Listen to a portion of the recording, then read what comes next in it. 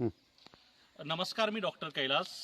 महाराष्ट्रभरात सध्या गाजत असलेलं आदिवासी विद्यार्थिनींवर ज्या आश्रमशाळेत लैंगिक अत्याचाराचा शर्मनाक हादसा झाला होता आणि एक प्रकरण उघडकीस आलं होतं, ती ISO नामांकित शासकीय माध्यमिक आश्रमशाळा तलाई, जी धडगाव तालुक्यातल्या नंदुरबार जिल्ह्यात येते, तिथं आम्ही भेट देण्यासाठी आलेलो आहे. काय झालं की इथल्या 7वी असताना आणि आत्ता 8वीच्या वर्गात शिकणारी जी आदिवासी मुलगी आहे, तिच्यात इथल्या मुख्याध्यापकांनी तिच्यावर वारंवार अतिप्रसंग केले आणि बलात्काराचा गुन्हा जो आहे धडगाव पोलीस स्टेशनमध्ये त्यांच्यावर दाखल केला गेलेला आहे. आणि यानंतर त्या आरोपी मुख्याध्यापकाला अटक अजून झालेली नाही आणि त्याचबरोबर त्या आरोपीस मदत करणारी जी काय अधीक्षिका आहे त्या अधीक्षक महिलेला सुद्धा या ठिकाणी अटक झालेली नाही. याबाबत आम्ही ज्यावेळी फॉलोअप घेण्याचा प्रयत्न केला प्रकल्प कार्यालयाकडून, तपास अधिकारी जे पाटील आहेत धडगाव पोलीस स्टेशनचे त्यांच्याकडून म्हणा, किंवा ATC जे आहेत नाशिक विभागाचे त्यांच्याकडून म्हणा, कोणीही या बाबतीत उत्तरं द्यायला तयार नाही की या आरोपींना अटक कधी होईल. दुसरी गोष्ट की अशा या शासकीय आवारात एवढ्या मोठ्या घटना, जिथं आदिवासी विद्यार्थ्यांना शिकवण्यासाठी आदिवासी पालक जे आहेत ते नाईलाजाने आश्रमशाळेत पाठवतात, आणि इथं जर अशा गोष्टी होत असतील तर हे शासनाचं दायित्व नाही का? यावर जेव्हा आम्ही विचारण्याचा प्रयत्न केला तेव्हा आदिवासी विकास विभागाकडनं उडवाउडवीची उत्तर देण्यात आली आणि पोलीस अधीक्षक नंदुरबार श्रावण दत्त साहेब जे आहेत त्यांनाही आम्ही विचारणा केली असता आरोपी जे आहेत ते फरार आहेत आणि आम्ही त्यांचा मागावर आहेत, परंतु अटक कधी होईल हे सांगता येणार नाही असं त्यांचं म्हणणं आहे.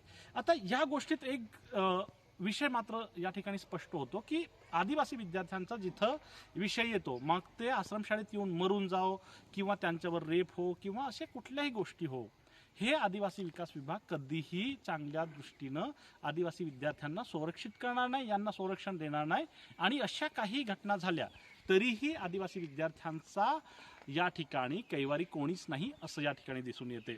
ज्यावेळी मी या प्रकल्पाचे तोडोदा प्रकल्पांतर्गत येणारी ही शाळा आहे, या प्रकल्पाचे प्रकल्प अधिकारी आहेत अनय म्हणून त्यांचं शुभ नाव आहे, त्यांच्याशी बोलणं करण्याचा प्रयत्न केला असता ते दिनांक 24 डिसेंबर पासून आजपर्यंत हेच सांगतायत की आम्ही पोलिसांना सांगितलं आहे अटक करायला, परंतु अटक कधी होईल याच्याबद्दल त्यांनाही काही कल्पना नाही. आणि ज्यावेळी मी त्यांना विचारणा केली त्यावेळी मात्र त्यांनी मला उलट तू कोण आम्हाला सांगणारा या भाषेत त्यांनी अशा भाषेत त्यांनी माझ्याशी बोलणी केली. हे होत असताना मग अशा शाळा जिथं आदिवासी विद्यार्थ्यांच्या शिक्षणाची आणि ज्यांना मूलभूत हक्क अधिकार म्हणतो त्या आदिवासी विद्यार्थ्यांचं काय होत असेल याचा आपण पाहू शकतो. हा जो शाळेचा परिसर आहे याच्यात साधारणतः 500च्या आसपास आदिवासी विद्यार्थी शिक्षण घेत असतात. 1ली ते 10वी पर्यंत असलेली ही शाळा आहे. गेल्या वर्षापासून या आश्रमशाळेत हे असं प्रकरण होत असताना आतापर्यंत यावर काय सोक्षमोक्ष लावण्यात आला किंवा याच्यावर काय कारवाई झाली याच्यावर आत्तापर्यंत डिपार्टमेंट कुठलेही उत्तर द्यायला तयार नाही.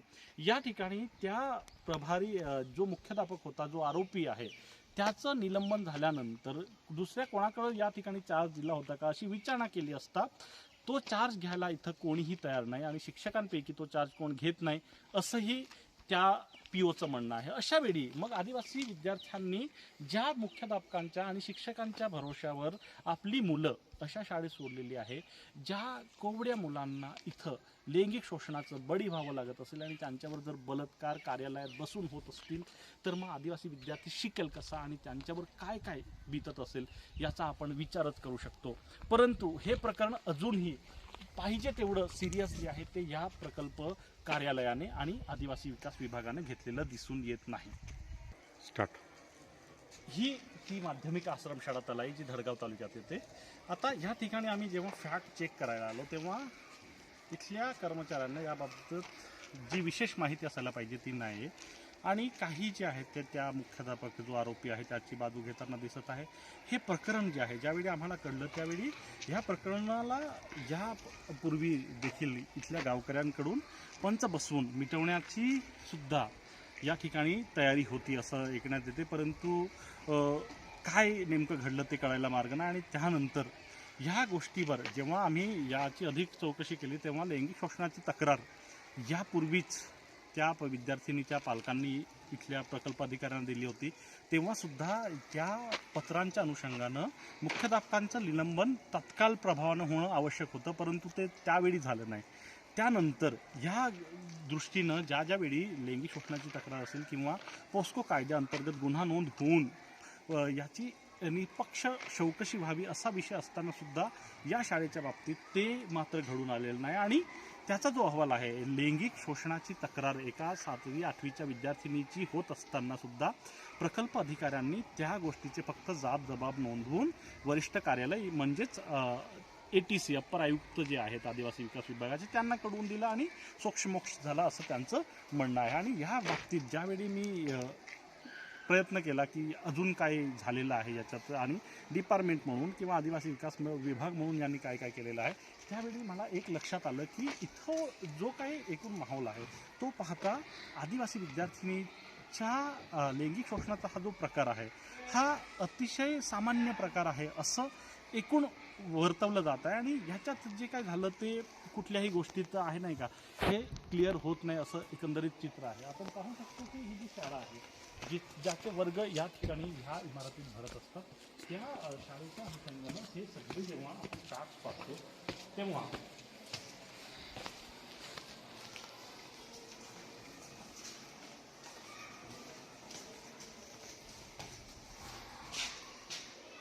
हे जे कार्यालय आहे आदिवासी या आश्रमशाळेचं, या आश्रमशाळेच्या कार्यालयाच्या अनुषंगानं इथं CCTV आणि सगळ्या काही गोष्टी ज्या आहेत त्या कार्यान्वित आहेत असं इथल्या लोकांचं म्हणणं आहे. आणि आम्ही या ठिकाणी जेव्हा फॅक्ट्स बघत होतो तेव्हा हे सगळ्या गोष्टी क्लिअरसुद्धा होत आहेत. परंतु हे सगळं होत असताना एखाद्या आदिवासी आश्रमशाळेत जिथं आदिवासी मुली शिकत आहेत अशा ठिकाणी जर एखादी अशी घटना घडत असेल आणि त्यावर जर गेल्या साधारणतः 23 तारखेला ही FIR नोंद होऊन अद्याप ही आरोपी सतत न होणे म्हणजे काय प्रकार आहे हा समजण्यापलीकडचा विषय आहे. हा जर कुठल्या तरी बिगर आदिवासी मुलींबरोबर झाला असता किंवा कुठल्याही गैर आदिवासी या पीडितांबरोबर झाला असतं तर त्याच्यावर पूर्ण राज्यभर देशभर याच्यावर आकांतांडव झालं असतं आणि ह्या सगळ्या गोष्टी ज्या आहेत त्या उघडकीस आल्या असत्या. परंतु या गोष्टीत मात्र तसं होताना दिसत नाही. मी डॉक्टर कैलास वसावी या ठिकाणी आम्ही शाळेला जेव्हा भेट दिली तेव्हा ही वस्तुस्थिती आम्हाला आढळून आली. धन्यवाद.